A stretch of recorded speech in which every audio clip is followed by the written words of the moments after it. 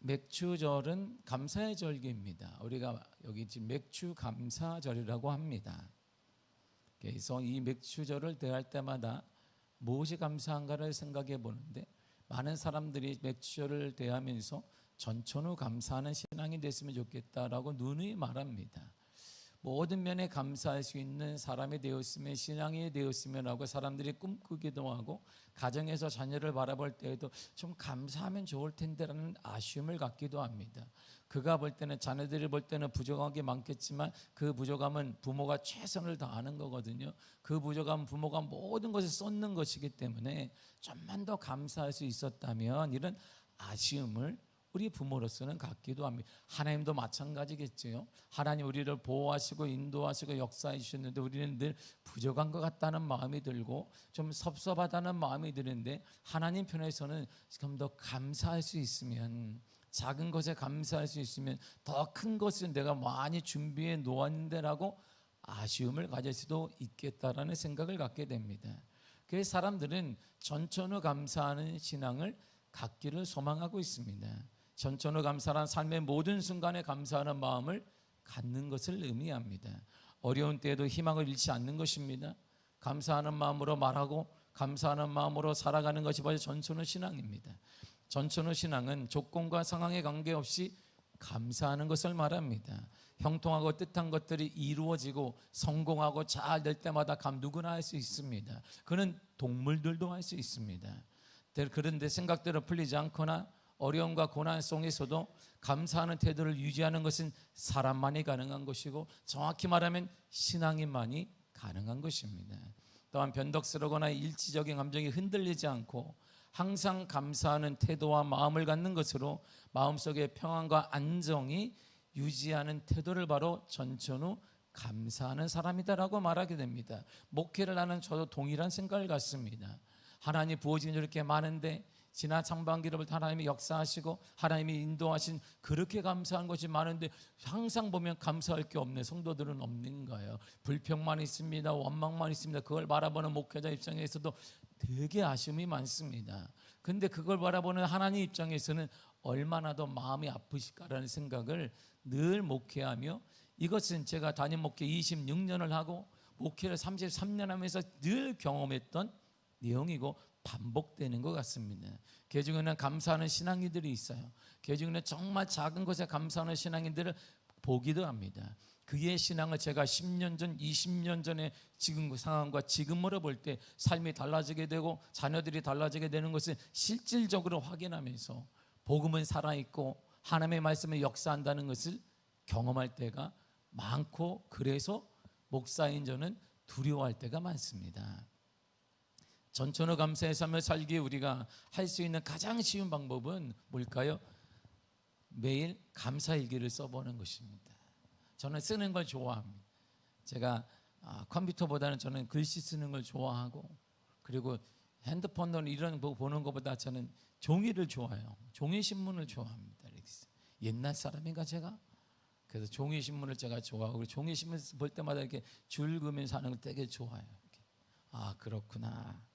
그 제가 사진도 찍고, 그걸 또 제가 나름대로 또 이게 또 스크랩처럼 제가 해서 제 함에다가 막 컴퓨터 함에다가 넣어놓습니다.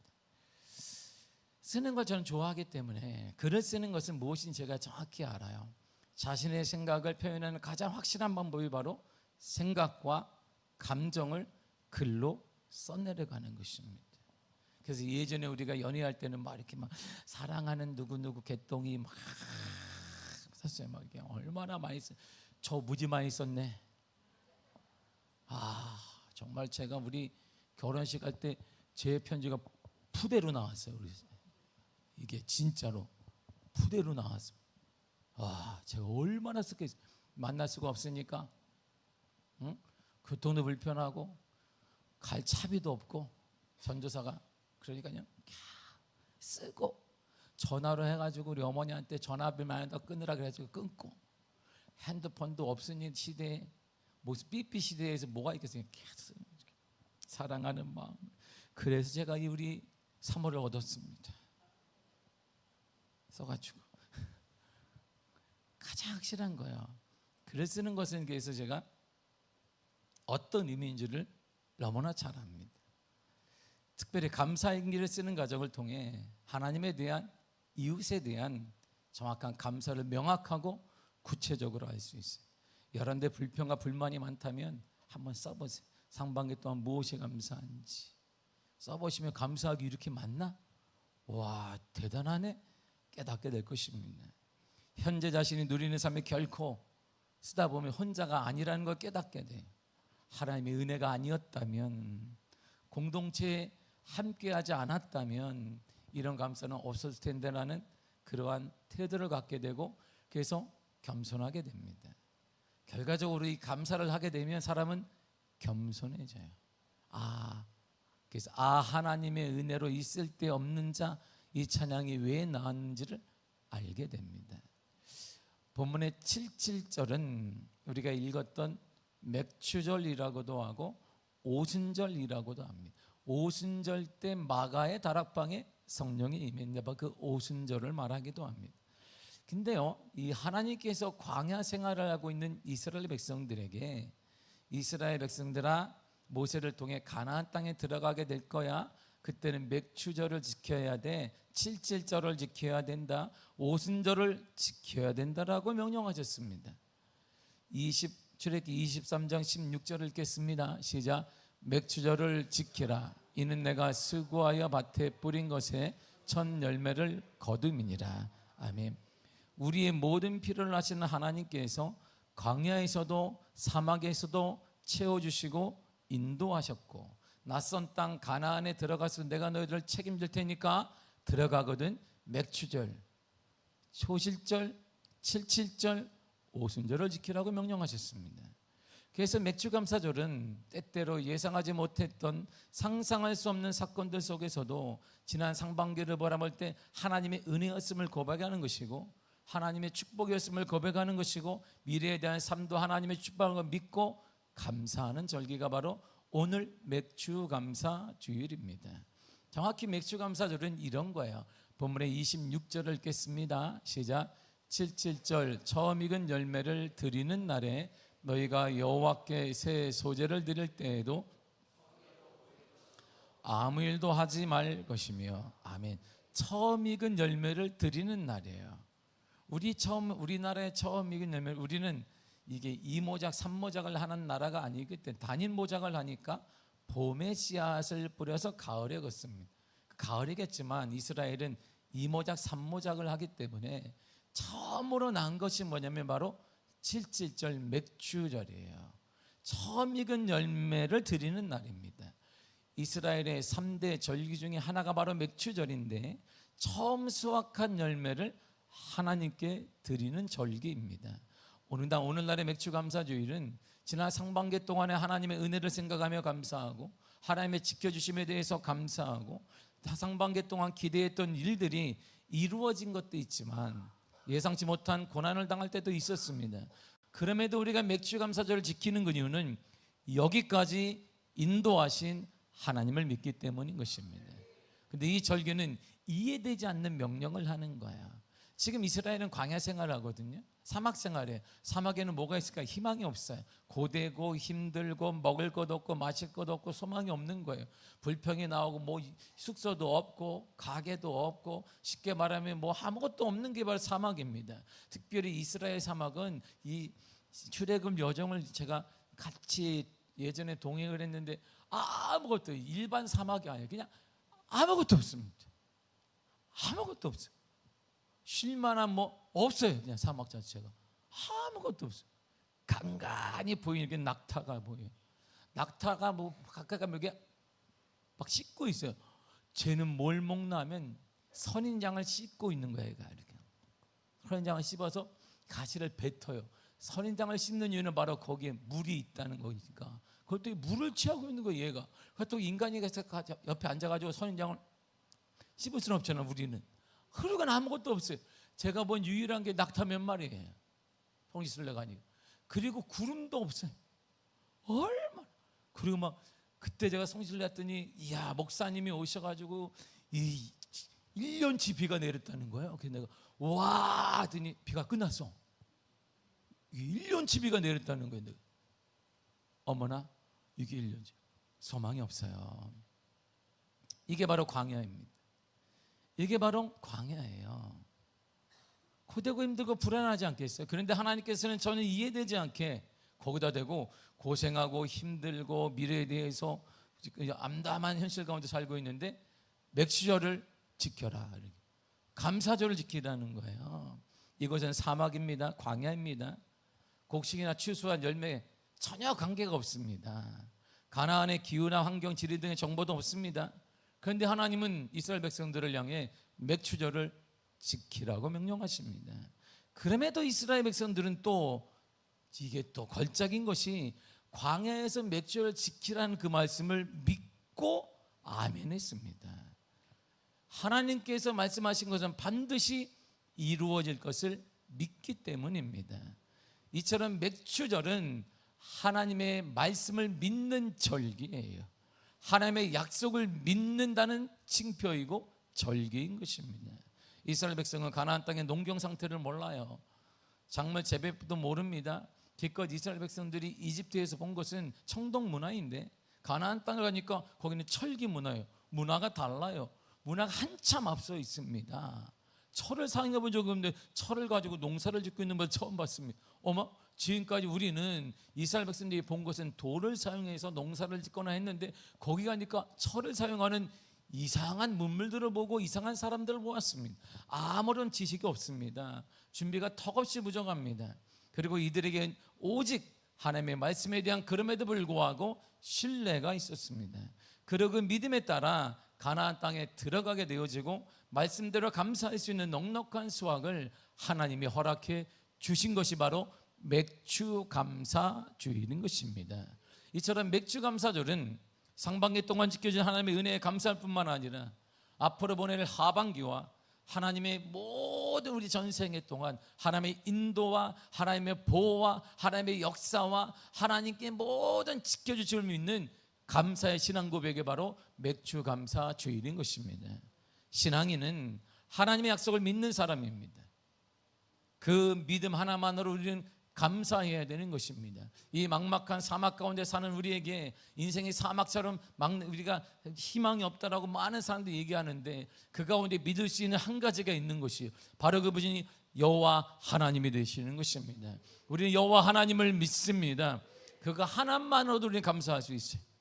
비록 지금 현실 속에 자신이 원하는 대로 풀리지 않을 수 있습니다. 자녀들도 마찬가지이고 우리의 사업도 마찬가지이고 여러 가지 계획도 마찬가지 문제가 꼬일 수도 있습니다. 그러나 그럼에도 우리는 하나님의 말씀을 믿습니다. 하나님의 말씀을 믿습니다. 창세기 28장 15절에는 이 야곱이 이제 형과 아버지를 속여서 외삼촌 라반의 집으로 쫓겨나는 장면이에요. 가다 보니까 아무것도 없어요. 사랑만 받아왔고 엄마 품속에 살아왔는데 아무것도 남은 게 없습니다. 그 엄마 품속에 살아온 그나이가 70세가 넘었단 말이에요. 70이 넘도록 엄마 품속에 살았어요. 야곱이. 엄마가 얼마나 징그러웠겠어요. 그런데도 그냥 야곱이 얘기하면 어머머머 할렐루야, 나도 우리 자녀가 70세 됐을 때 내가 아빠로서 어머 괜찮아 그럴 수 있을지를 모르겠습니다. 야곱이 70세가 넘었단 말이에요. 그런데도 그냥 엄마 어떻게 할 거니까 괜찮아, 엄마가 다 해준다. 너 털 여기다 붙여. 어떤 약한데 걱정하지 마. 근육도 어떻게 붙여. 막 이렇게 가죽도 붙이고 아빠한테 가서 네가 탁 냄새가 날 냄새 괜찮아. 소똥도 막 묻히고 해야지. 형처럼 가라. 그래서 형처럼 얘기해서 이게 안수받고 축복을 받았단 말이에요. 70이 넘도록 마마보이. 엄마 품속에 살고 아빠 사랑 속에 살아도 막내. 근데 그때 또 막내네. 그러고 나서 이제 그 사건 때문에 쫓겨나게 되는데 엄마도 없고 늘상 자신을 보여줬던 형도 없고 아버지도 없는 망망대해처럼 느껴지는 사막길을 걷는 거예요. 그런데 그곳에서 이 어려운 시기 가운데 하나님이 그를 딱 만나요. 어려움은 하나님을 만날 때예요. 우리 가운데 어려움이 있거든. 그때가 바로 우리가 하나님을 경험할 때예요. 그 하나님이 야곱을 향해 이렇게 말씀하십니다. 창세기 28장 15절입니다. 시작. 내가 너와 함께 있어 내가 어디로 가든지 너를 지키며 너를 이끌어 이 땅으로 돌아오게 할지라. 내가 내게 허락한 것을 다 이루기까지 너를 떠나지 아니하리라 하신지라. 아멘. 하나님이 처음 만난 하나님이 야곱에게 이렇게 말하는 거예요. 야곱아, 내가 너를 지켜줄 거야. 내가 너를 이끌어 줄 거야. 내가 너와 떠나지 않을 거야. 네가 어디든 가든 괜찮다. 이 담대함으로 그 라반의 집에 가잖아요. 속임을 당하고 20년간 속이다 할수록 괜찮은 거예요. 왜? 하나님이 나를 지켜주고 하나님이 나를 끌어주고 하나님이 나를 떠나지 않기 때문에, 그 믿음 하나 때문에, 약속을 믿는 그 믿음 때문에 야곱은 이스라엘의 조상이 되어지고 이스라엘이 이름을 갖게 되고 그를 통해 12지파가 생성이 되어 지금도 그 나라가 지금 이스라엘의 나라로 생존하고 있는 것입니다. 그렇다면 맥주절에 무엇을 드려야 할까요? 출애굽기 23장 16절에 이렇게 말합니다. 시작. 맥주절을 지키라. 이는 내가 수고하여 밭에 뿌린 것에 첫 열매를 거둠이니라. 아멘. 맥주절은 처음 수확한 열매와 곡식을 드리는 감사절기입니다. 처음 열매는 모든 열매를 대표하는 것이. 그래서 제 큰딸이 늘 하는 말이 있어요. 나는 첫 열매 왜 이렇게 많어? 아빠, 아르바이트 하면 첫 열매 드려야 한다. 드리고 또 아르바이트 바꿔서 하면 그것도 첫 열매가 드려야 한다. 그래서 인턴으로 하면 그것도 드려야 한다니까. 첫 열매는 한 번만에 아니단다. 많이 해서 하나님 기뻐하시니까. 너 그 직장 처음이니까 그거 드리고 이 아르바이트 처음이니까 그것도 드려라. 얘가 내라는 말, 아는 첫이라는 말은 이해가 잘 안 됐는데 첫이면 첫 번째 것인데 이것도 첫 번, 직장에서 첫 번, 아르바이트 첫 번, 학원 옮겼으니 첫 번 건, 가르쳤으니 첫 번 건. 그래서 우리 큰아이가 적지 않게 미자립교회 목사님들을 많이 섬겼어요. 그 아이 이름으로 섬겨라. 섬기는 것이 1등이 되어라. 그리고 장학재단도 만들어서 네가 할 수 있는 대로 많은 사람 아이들에게 도움을 주는 사람이 되라. 그렇게 늘상 제가 얘기를 해요. 처음 열매는 모든 열매를 대표하는 열매입니다. 모든 민족이 하나님의 백성이지만 하나님께서는 이스라엘을 첫 열매로 삼으셨습니다. 그래서 이스라엘을 삼키는 자는 망할 거야, 이스라엘을 괴롭힌 자들은 망한다라고 하나님이 선포하셨습니다. 예레미야 2장 3절입니다. 시작. 이스라엘은 여호와를 위한 성물 곧 그의 소산 중 첫 열매이니 그를 삼키는 자면 모두 벌을 받아 재앙이 그들에게 닥치리라. 여호와의 말씀이니라. 아멘. 이스라엘은 나의 첫 열매야. 그를 건드리는 자, 그에게 해를 끼치는 자는 멸망받을 것이다. 내 첫 열매를 건드리지 마라. 하나님의 것이기 때문에 첫 열매는 믿음의 사람 우리 또한 부활하신 예수님 안에서 첫 열매가 되었습니다. 야고보 1장 18절입니다. 시작. 그가 그 피조물 중에 우리로 한 첫 열매가 되게 하시려고 자기의 뜻을 따라 진리의 말씀으로 우리를 낳으셨느니라. 아멘. 보세요. 하나님의 예수 그리스도의 뜻에 따라 우리를 뭐로? 첫 열매로 삼기 위해. 주님이 돌아가신 이유가 왜? 첫 열매로 우리를 삼기 위해서 돌아가신 것입니다. 그래서 처음 열매를 바친다는 의미에서 매추절을 초실절이라고도 하는 것이에요. 처음 것을 드린다, 이런 뜻입니다. 열매 드리고 내 자신도 드리고 거룩한 선제사를 우리가 드리는 것입니다. 맥주절을 통해 하나님이 원하시는 것은 하나님의 맥주절을 통해 신앙인의 삶의 풍성한 삶의 시작이 여호와 하나님인 것을 깨닫고 고백하기를 원하는 것입니다. 우리의 모든 삶의 풍성함은 하나님이 주시는 것이고 하나님이 인도하는 것이고 하나님이 허락한다는 것을 고백하기를 원하시는 것입니다. 이스라엘을 광야로 이끌어 가신 하나님은 광야의 여정 속에서 임하시고 먹이셨습니다. 성경을 보게 되니까 옷도 헤어지지 않았고 신발도 헤어지지 않았다라고 광야 40년을 말해주고 있어요. 희망이 없습니다. 동물도 없어요. 가축도 없습니다. 먹을 것도 없습니다. 물도 없는데 성경 고백하기를 광야 200만 명의 광야 생활을 하는데 옷도 헤어지지 않았고 거지처럼 있지 않았고 신발도 거지처럼 구멍난 거 신지 않았고 새 것을 신었더라고 고백을 해주고 있어요. 하나님이 입히시고 하나님이 역사하시고 하나님이 지켜주시는 그 생활이 우리의 삶인 거예요. 그 신앙의 고백을 주님이 원하시는 것입니다. 광야의 첫걸음을 시작해 하신 하나님께서 끝까지 책임져 주실 것입니다. 이처럼 우리 인생을 여기까지 인도하신 하나님은 인생이 마감하는 순간까지 선한 방법으로 보호하시고 이끌어 주실 것입니다. 지난 6개월 동안 이끌어 주신 그 하나님은 앞으로의 6개월도 보호하시고 이끌어 주시며 함께 하시며 건강 허락하시고 열려지게 하시며 기도 응답을 허락하여 주실 것이며 교회는 더 크게 부흥될 것입니다. 맥주절을 맞아 감사하는 방법은 두 가지가 있습니다. 첫째, 하나님께 감사하십시오. 어떻게 감사할 수 있을까요? 처음 거둔 열매 중에 가장 좋은 것을 하나님께 감사의 예물로 드리는 것입니다. 우리도 하나님께 받은 첫 물질이 있다면 그것을 구분하여 드리는 것입니다. 예전에 우리는 이렇게 신앙교육을 받았어요. 직장 생활을 하게 되면 저도 그리고 저는 자녀들에게 지금도 동일하게 우리 자녀들에게 저는 동일하게 가르칩니다. 첫 열매를 드렸습니다. 직장 생활 어느 직장이든 원래 월급을 받으면 그걸 부모님 내복사고 그건 두 번째예요. 하나님께 다 드렸습니다. 그 두 번째 타면 그걸로 부모님께 우리가 말하는 내복도 사드리고 그렇게 했어요. 근데 오늘날 첫 열매라는 개념이 싹 사라져버려요. 물질에 대한 게 점점 교회에서 사라져버렸습니다. 그러면서 나타나는 현상이 뭐냐? 하나님의 역사와 하나님의 은혜와 기적이라는 말이 교회 내에 싹 사라져요. 인간적인 교회가 되어지니까 인간적으로 하나님도 우리를 대할 수밖에 없는 그런 현실이 되어서 하나님의 부흥이 일어났다, 그가 간증이 되어졌다, 역사가 나타났다 이런 말을 좀처럼 들을 길이 없는 시대가 되었고 기독교가 바로 도덕적인 종교로 됐습니다. 착한 사람 양상소, 착한 사람을 양성하려면 저기 산에 가면 많습니다. 도 닦는 사람 정말 착합니다. 그 외에 그들보다 나은 게 뭐가 있느냐? 찾기가 힘든 시대가 된 거예요. 첫 열매로 구별해 드려야 된다라고 말합니다. 본문의 28절은 쉬운 성경을 읽겠습니다. 시작. 수소를 드릴 때마다 곡식 제사도 함께 드려라. 그때는 기름을 섞은 고운 가루 10분의 3 에바를 드려라.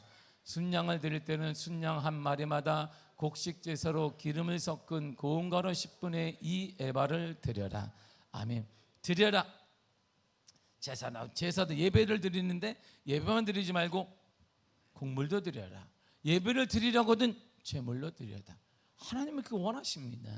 그리고 제물을 드리되 함부로 드리면 안 된다. 이렇게 드리라고 말씀하십니다. 31절을 쉬운 성경으로 읽겠습니다. 시작. 너희가 날마다 아침에 바치는 태워드리는 번제와 곡식 제사와 부어드리는 전제 말고도 이 제물들을 따로 드려라. 모두 흠없는 것으로 드려라. 아멘. 흠없는 것으로 드려야 돼. 구분해서 드려야 합니다. 옛날 우리 신앙인처럼 지금은 그렇지 않지만 막 전날 토요일이면 어떻게 했어요? 대리미를 빡빡하게 막 드렸어요.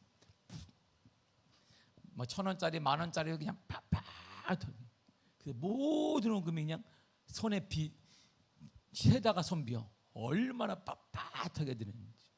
요즘은 그냥 대충 꺼내서 드리지만 예전에는 빳빳하게 일주일 주일을 준비해서 한 일주일 내내 뭐 좋은 돈 빳빳한 돈 받으면 그걸 헌금거 들어온 거는 내가 쓰는 거. 근데 요즘은 뭐 대충 없네? 에라 없나 보다 이렇게 끝나지만 예전 달랐어요. 구분해서 드리라고 모두 흠없는 것으로 드리라고 했습니다. 고린도서 9장을 보게 되면 하나님 우리에게 두 가지 주시는데 씨와 먹을 것을 주십니다. 주님은 딱 구분해 드려요. 심어야 될 것과 먹을 것을 드리는데 우리가 지금 문제가 뭐냐면 구별해 드리는 거예요. 씨는 먹으면 안 돼. 그러면 씨를 네가 먹어버리면 다음에 열매가 없는 거야. 그 다음 자녀들은 뭐 먹고 살아? 그런데 우리는 어려우면 다 먹어버려요. 하나님의 준 씨앗도 하나님께 드릴 것도 먹고 심어야 될 것도 먹고 먹어야 될 것도 다 먹어버립니다. 다 먹으면 안 되는데 하나님의 씨와 먹을 것을 구분하여 주시는데 오늘 그냥 다 우리 거 먹어요. 배부르면 어찌 좀 드리면 되겠는데 배부른 적이 돈은 배부른 사람이 없습니다. 암만 재벌이라도 배부른 사람은 없어요. 돈은 우리가 사단에게 속고 있는 것이죠.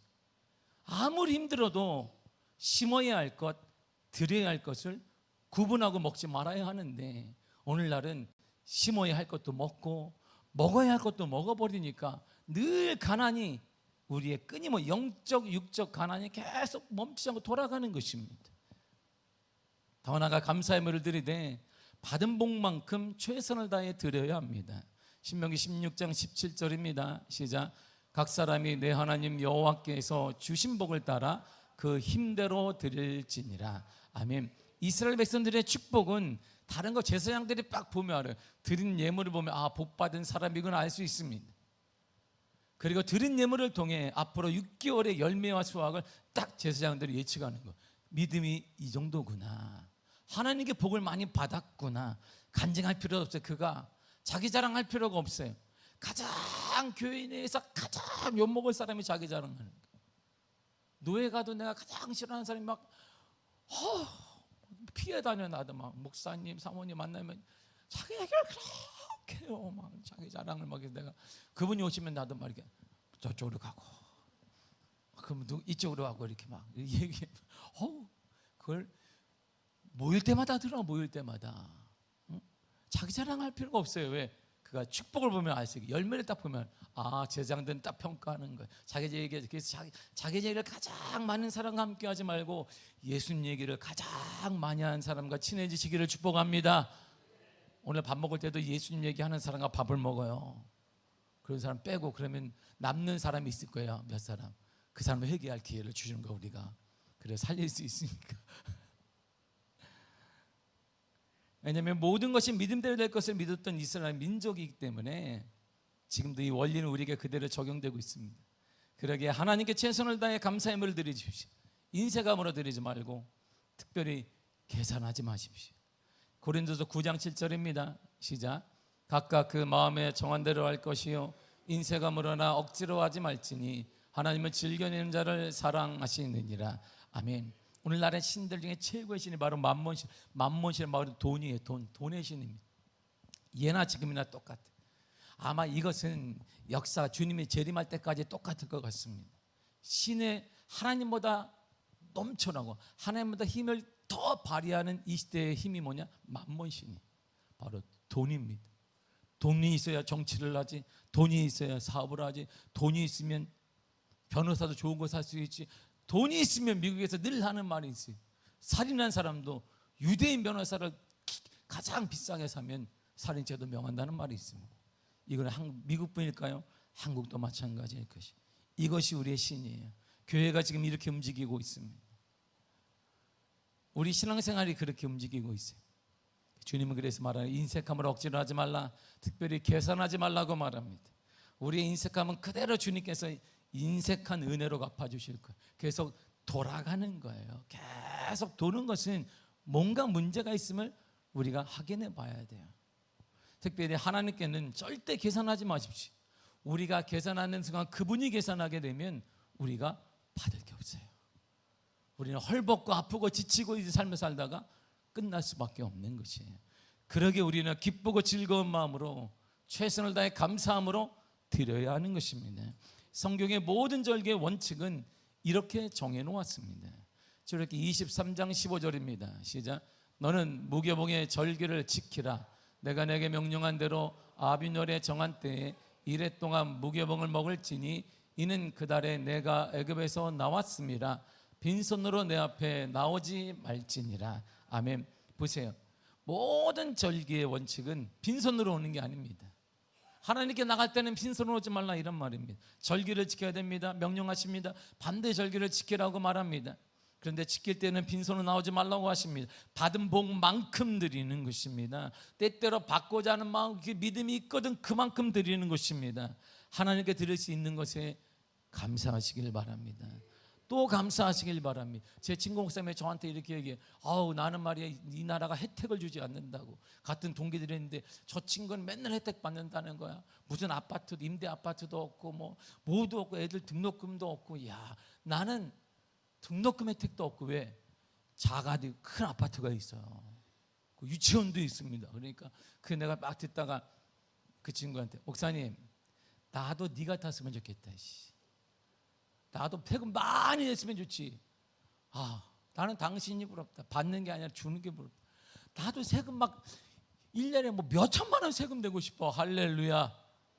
아멘을 안 하는데 나도 뭐 토지세 막 몇 천만 원 내고 막 이렇게 뭐 세금 막 이렇게 내고 싶다고. 세금이 없어 나는. 내 이름으로 된 게 아무것도 없어. 차도 내 이름이 아니야. 그냥 차도 난 얼마나 난 주님께 가면 그냥 가면 돼 나는. 뭐 정리할 게 없어.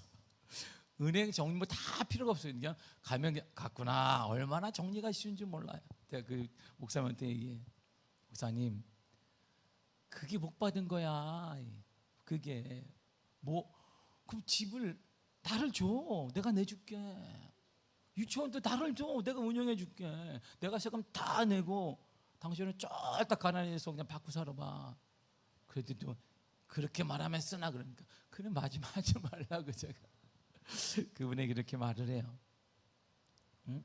하나님께 들을 수 있는 것은 정말 감사한 거예요. 이 나라를 위해 내가 세금을 낼 수 있는 거 감사한 거. 할렐루야. 감사한 거예요. 응? 그 자체가 축복임을 잊지 말아야 합니다. 맥주를 통해 감사하는 두 번째가 바로 이웃에게 감사해야 합니다. 어떻게 이웃에게 감사할까요? 신명기 26장 10절과 11절을 말하고 있습니다. 시작.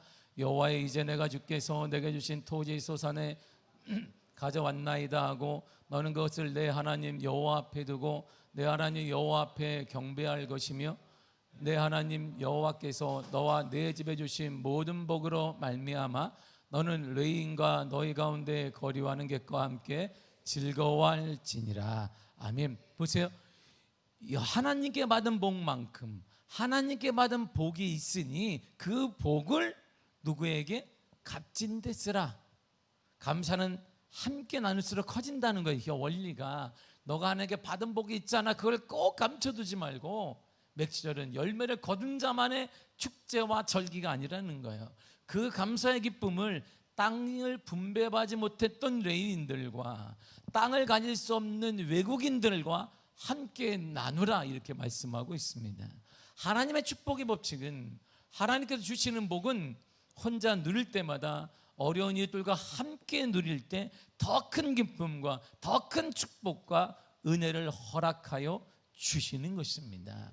저는 그래서 우리 큰딸의 꿈은 장학재단을 설립하는 거예요. 그래서 내가 얘야 그때 하지 말고 지금 세워라 장학재단. 그저 장학재단을 제가 알아보고 있어요. 큰딸 이름으로 지금부터 네가 해라. 할 수 있는 것만큼 크게 성공한 다음에 그거 하지 마. 지금부터 해. 장학재단을 내가 아는 분 통해 만들어 올 테니까 그냥 정확히 재단을 만들자. 그리고 네가 운영해라. 이름도 지어놨어요. 제가 그 아이 이름으로 재단 이름. 그러면 남들처럼 뭐 몇천억이 아니라 지금부터 하는 것이 이렇게. 지금은 작은 물질이지만 왜? 그리 하나님의 기뻐하신다. 크든 작든 네가 할 수 있는 일부터 해라.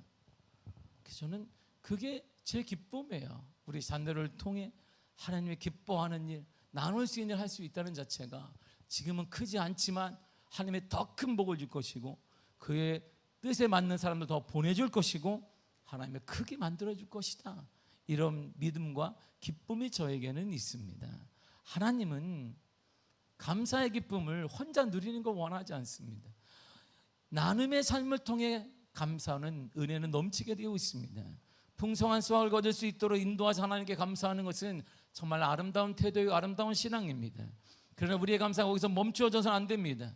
이웃과 나눌수록 기쁨이 커지고 가치가 더해지는 감사의 특이한 신비한 축복이 거기에는 숨겨져 있습니다.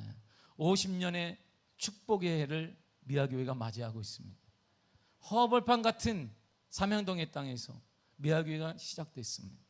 그러나 그 열악한 환경 가운데도 우리 주님은 믿음으로 꿈꾸게 하셨습니다.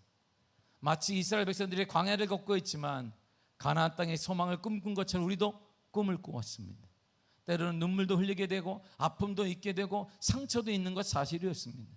그러나 미아교회가 이 강북구 안에서만 50년 동안 예배드리며 세워진 교회가 되었습니다. 그리고 강북구 안에서 50년 된 교회는 우리 교회를 포함해서 많지 않습니다. 아니 전국적으로 50년 이상 된 교회 찾아도 그렇게 많은 건 아닙니다. 제가 금요일 날 말씀드렸듯이 한국은 어떤 한국이냐면 6.25 전쟁 통해 모든 사람들이 부산으로 다 피난 거였어요. 교회는 다 망가졌는데 6.25의 전쟁통에 970개 이상의 교회가 세워졌어요. 교회가 부흥됐단 말입니다. 하나님의 전적인 은혜로 부흥됐습니다. 우리도 이 강북구라는 지역, 서울자치구 중에 가장 가난하고 그런 강북구에서 50년간 예배드릴 수 있는 은혜를 하나님이 허락하셨습니다. 그렇다면 이제 우리 미아교회는 무엇을 해야 될까요? 어려운 이웃과 함께 해야 되는 것입니다. 부흥을 맛보지 못했던 레인과 같은 교회들이 많습니다. 우리 강북교회는 300개가 넘는 교회들이 있는데 강북 교경예배 모이면 20개도 모이지 않습니다. 나머지는 다 힘들어하는 교회들. 이 지역 자체가 힘들기 때문에 교회가 얼마나 힘든지 모르고, 우리 집에는 다 그런 교회가 널려 있습니다. 제가 주일 둘러보면 얼마 전까지 교회인데 지금 가보면 교회 간판이 있는데 교회는 사라져 버렸어요. 교회가 문 닫는 교회들이 숱합니다. 그 와중에 우리 교회는 50년간 하나님의 은혜를 받았어요. 그렇다면 이제 우리는 부흥을 맛보지 못했던 레인과 같은 어려운 교회들을 섬기고 여전히 힘들게 살아가는 이웃들과 함께 기쁨을 나눠야 하는 것입니다. 이것이 맥주를 맞아 감사하는 우리의 자세이며 우리 미아교회의 태도인 것입니다. 이것을 주님께서는 기다리시며 기뻐하시며 하나님의 가장 원하실 것입니다. 잊지 마십시오. 주님께서 풍성한 열매와 수확을 주실 때에는 혼자만을 위한 것 절대 아니란 말입니다. 우리 교회만을 위한 것 절대 아니란 말입니다. 그래야지 나눌 때 풍성해집니다. 50년 축복과 은혜가 나누어지기를 간절히 축복합니다. 더 많이 나누고 더 많이 섬기는 교회, 그런 교회가 됐으면 좋겠습니다. 그러한 교회를 주님이 충분히 원하실 것입니다. 누가복음 6장 38절에 이렇게 말해주고 있습니다. 시작. 주라 그러면 너에게 줄 것이니 곧 후이되어 누르고 흔들어 넘치도록 하여 너희에게 안겨주리라. 아멘. 그 주라 앞에는 조건이 없습니다. 시대가 경제권이 살면 주어라 이런 말이 없습니다. 그냥 주는 것입니다. 어려울 때도 주는 것입니다. 우리가 뭐든지 주는 것입니다. 그러면 주님이 어렵든 잘되든 상관없이 우리에게 주시는데 후이되고 흔들어 차고 넘치도록 하여 안겨주시는 것입니다. 이것이 주는 교회, 이것이 주는 가정, 이것이 주는 삶의 더해지 하나님의 축복이며 약속인 것입니다. 인생은 위기의 연속이라고 하지만 그 위기 때마다 하나님은 우리의 도움자 되셨고 우리를 위로하셨고 우리를 지금까지 인도하여 주셨습니다. 맥주감사절은 지나온 상반기를 돌이켜보며 하나님께 감사하는 절기입니다.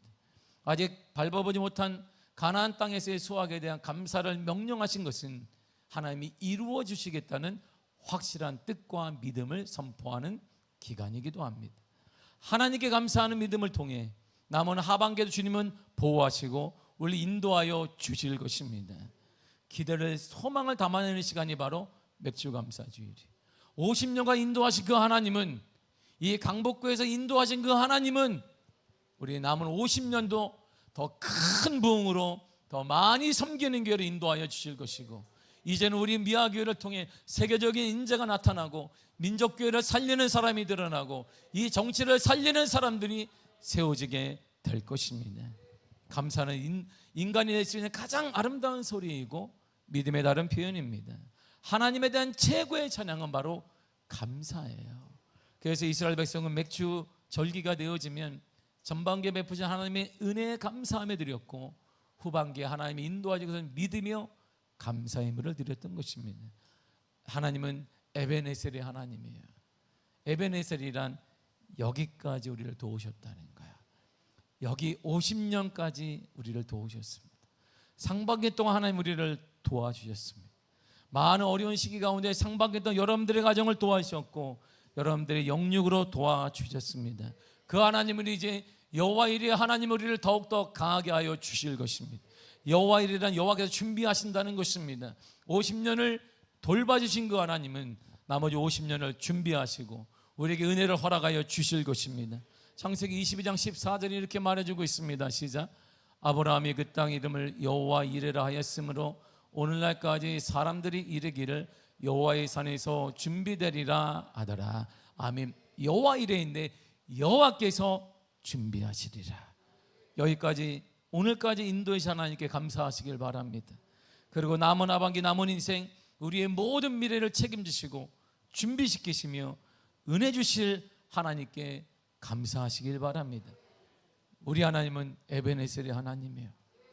여기까지 도와주신 하나님이고 우리 하나님이 여호와 이레의 하나님이십니다. 하나님이 우리를 준비시키시며 미래도 채워주실 것입니다.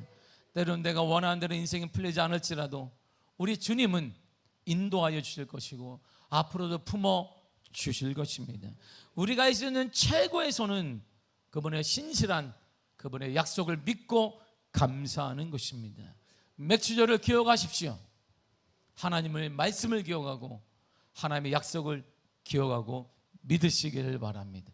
지금까지 인도하신 그 하나님의 역사가 남은 생에 남은 우리의 50년 여러분들의 모든 생활을 하나님이 책임지시며 지도하시고 품어주시고 이끌어주시고 동행하여 주실 것입니다. 반드시 동행하여 주실 것입니다. 반드시 채워주실 것입니다. 반드시 인도하여 주실 것입니다. 반드시 거룩함을 함께하여 주실 것입니다. 하나님의 역사가 반드시 나타날 것입니다. 반드시 나타날 것입니다. 반드시 나타날 것입니다.